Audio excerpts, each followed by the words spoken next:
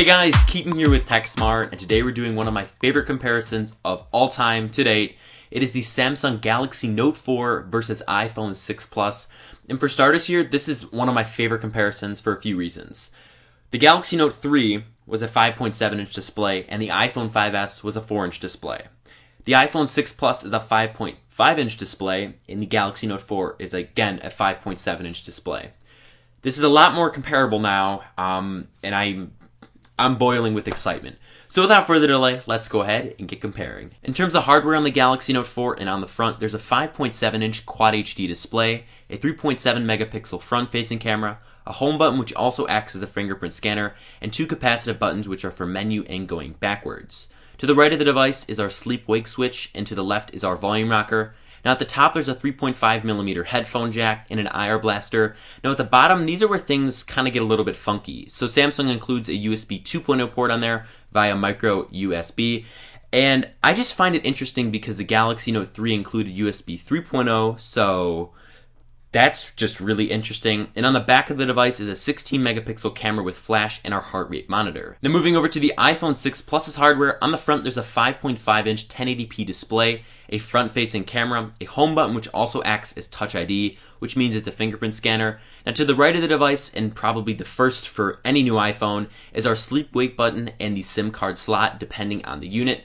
Now to the left is our mute switch and volume rocker. Now at the top there's nothing, which is kind of interesting because typically the sleep-wake switch has always been at the top, but at the bottom of the device is our 3.5mm headphone jack, lightning charger, speaker, and microphone, and the speaker on this is definitely improved. Now to the back of the device is our 8 megapixel camera, which does protrude from the phone itself. Then we have our dual LED flash. So this is one of the hardest hardware comparisons of all time.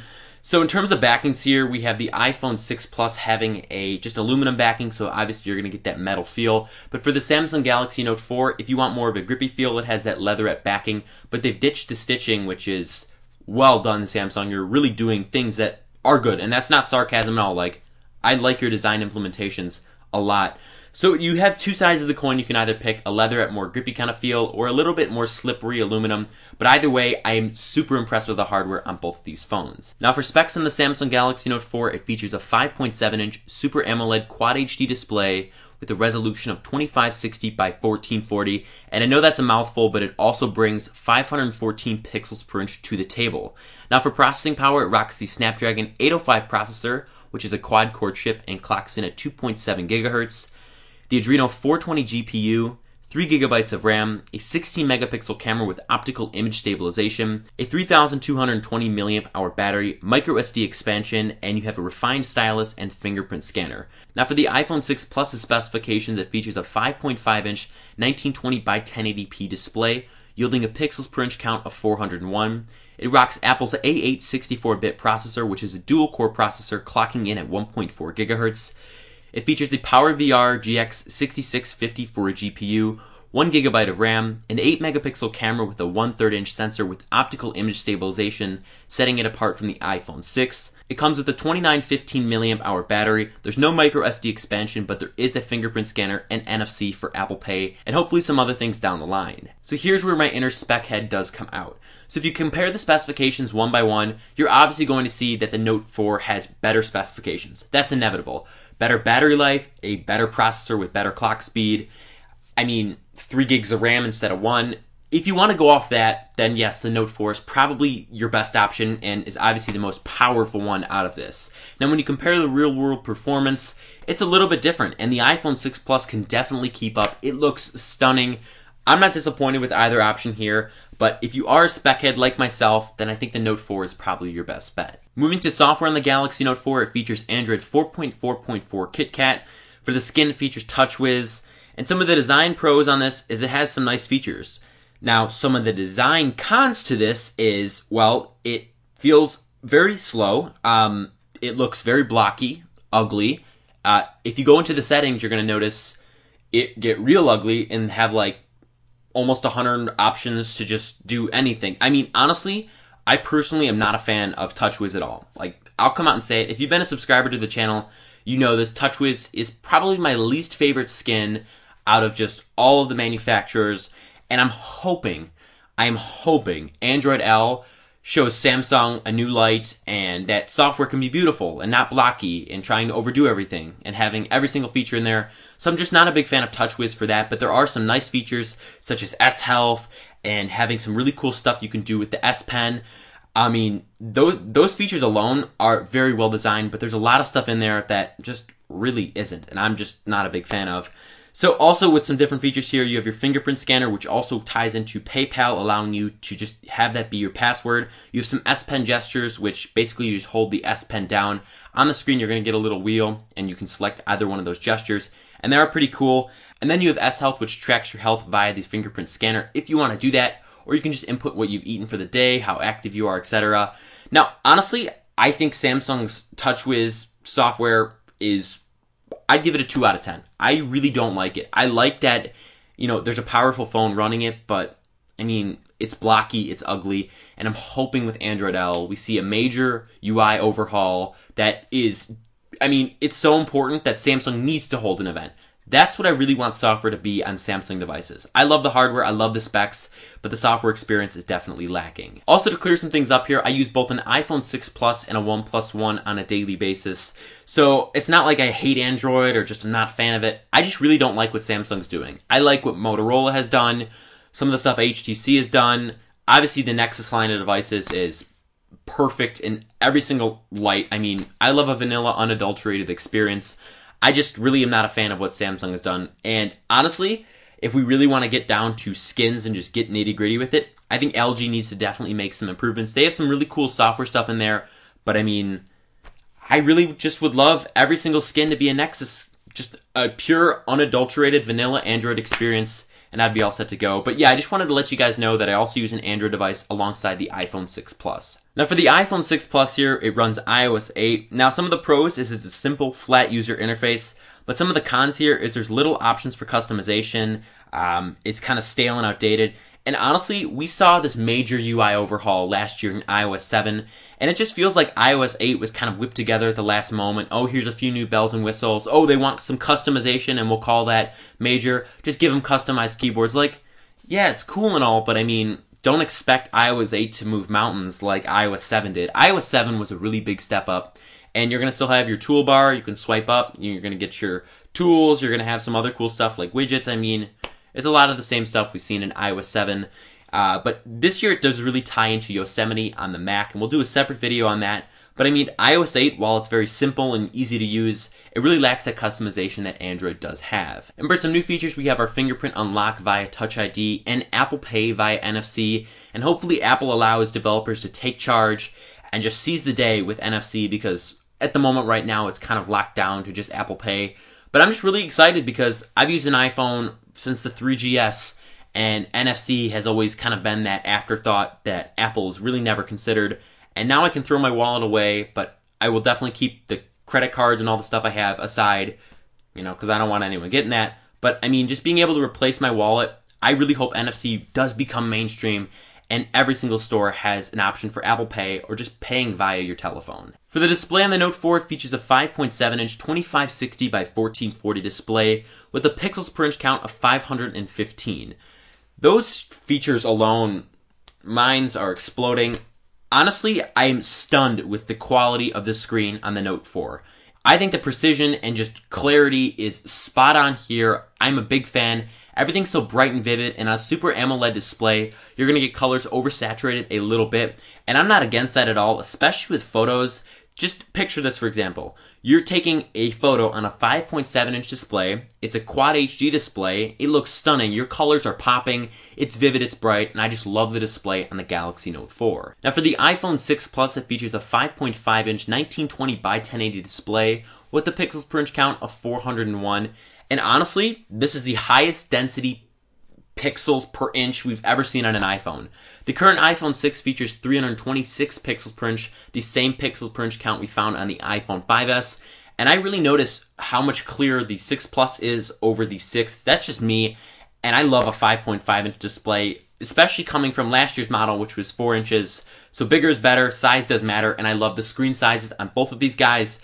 But obviously the Quad HD does tout it all for me. I love having those colors pop off the page. But Apple's option is superb as well. Moving on to camera for the Note 4, it's a 16 megapixel shooter.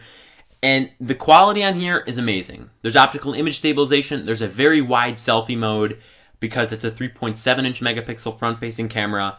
I love the front-facing camera. It is spot on for Snapchat. I'll just tell you that right now. Well, I use Snapchat a lot. It has a 4K video mode on here, also known as Ultra HD, which I find pretty cool as I like to shoot in Ultra HD when it is stabilized.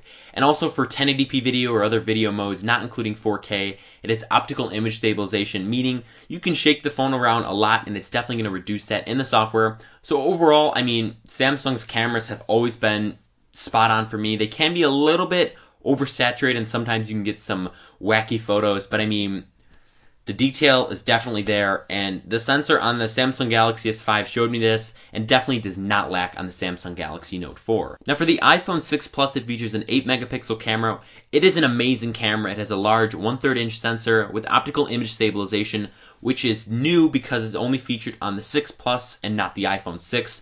Now if you really want to get funky, it has 240 frames per second slow motion and 60 frames per second 1080p video. I mean, honestly, we are getting the creme de la creme of just cameras on both these phones. I love them both. I love the iPhone 6 Plus. It's my go-to for Instagram. But the detail on the Note 4 is definitely there.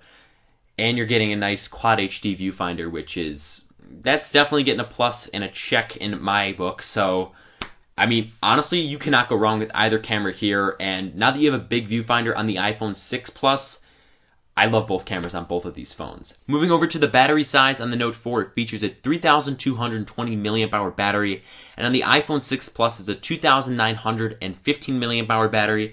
Now while these are off about 300 milliamps, battery life was very similar for me. I'll just tell you that right now. So I'll just give you guys a little backstory here. My iPhone 5S needed to be charged 3 times a day because I use my devices a lot. Now with both of these devices, I can easily get a day and a half's worth of hardcore use on both of these devices. For the Note, it's not that new. I mean, I was able to get that on the Note 3. But for the iPhone 6, for the iPhone 6 Plus and the iPhone line, that's really new. And I'm really proud that I can keep both these devices in my pocket, use them as much as I want in the day, still have battery left at the end of the day, which for me is around 9 o'clock. That's when I get home from school, and that's when I conclude my day. I mean, you can't really beat it here. The battery life is fantastic on both. And while these might be considered phablets, battery life is supreme on both. So just wrapping up here, the Samsung Galaxy Note 4 is an excellent phone.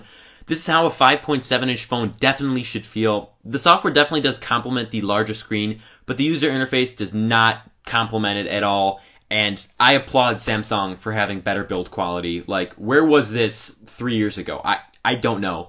But having a metal design, or at least metal edges, honestly, it changed this device for me. I love holding this device. I'm constantly holding this device. I feel myself using this more than I really ever initially predicted when I had this device sent to me. So I love the phone. It's a great phone. You cannot go wrong. And hopefully, and this is just the only gripe I have, that Samsung is going to do something cool with Android L, or whatever they really want to call it, Lemon Meringue Pie, I don't know, and just kind of changes the user interface to more of a plausible option. I mean, I hate TouchWiz. I'll come out and say it right now. I love Android. I use a OnePlus One, so I'm not an Android hater and an Apple fanboy.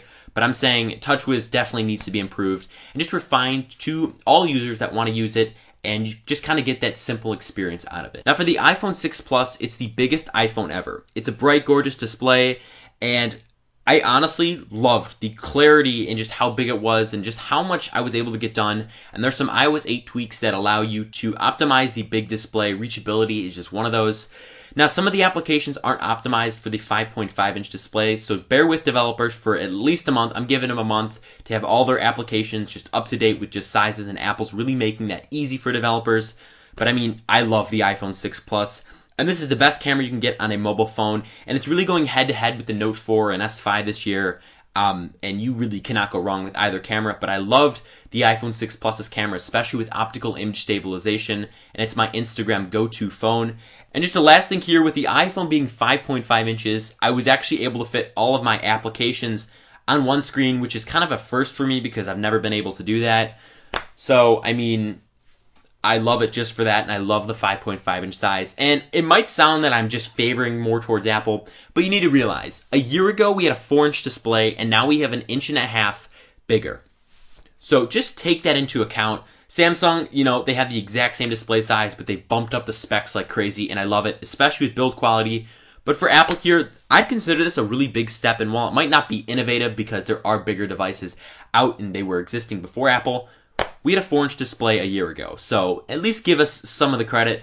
So, I mean, software definitely needs to be refined on both the Note 4 and iPhone 6 Plus. And honestly, I can't wait till iOS 9 or whatever Apple calls it, just to see how they optimize the bigger display and what new features can tie into a bigger display. But overall, I'm very impressed with the Galaxy Note 4's Quad HD and just specifications to the brim abilities. And I'm really impressed with Apple for making a bigger phone and finally just getting out of their bubble and expanding to a lot more consumers' desires. For pricing and availability on the Galaxy Note 4, it starts at $299 on a 2-year contract for 32 gigabytes of internal storage. It comes in 4 colors: black, white, gold, and pink. And I love all the colors here, but actually, surprisingly, black was my favorite. And typically I go for the white over the black just with Samsung devices, so I love all the colors. And for pricing and availability on the iPhone 6 Plus, it starts at $299 on a 2-year contract for the 16 gigabyte model. If you want to go up a little bit to the 64 gigabyte model, because Apple did kill the 32 gigabyte model, it'll cost you $399. And if you really want to live on the wild side because there's no micro SD expansion, you can get the 128 gigabyte model for $499 on a 2-year contract, and it's available in the 3 classical colors: white, silver, space gray, and in gold. Thank you guys so much for watching this video where we compared the brand new Samsung Galaxy Note 4 to the brand new iPhone 6 Plus. I really enjoyed my time doing this comparison, and I've been using the Note 4 for just about a week, and I mean, I'm so happy that the Note 4 has been made out of metal. Like, that has made probably half the device for me. Just that and the specifications, I love it. And I'm really happy Apple went up to a bigger display because, I mean, a 4-inch display really wouldn't have cut it this year, like, at all. So if you guys enjoyed this comparison, then go and leave me a big thumbs up, as it really helps the channel out a bunch and lets me know you guys want more iPhone 6 and 6 Plus content, along with the brand new Samsung Galaxy Note 4. And also, while you're at it, drop me a comment down below letting me know what you guys think on the brand new Galaxy Note 4 and iPhone 6 Plus. I'll leave a playlist in the description below of all the stuff we've been doing on the 6 and 6 Plus and on the Galaxy Note 4, which we got a ton of stuff coming for that. Finally, go and subscribe to the channel to be notified when a brand new video does come out, because guys, 2014 is still going. We have a lot more coming. And if you want to go ahead and subscribe, it's free. You'll be notified when a brand new video does come out. Thank you guys once again, and I look forward to seeing you in my next video.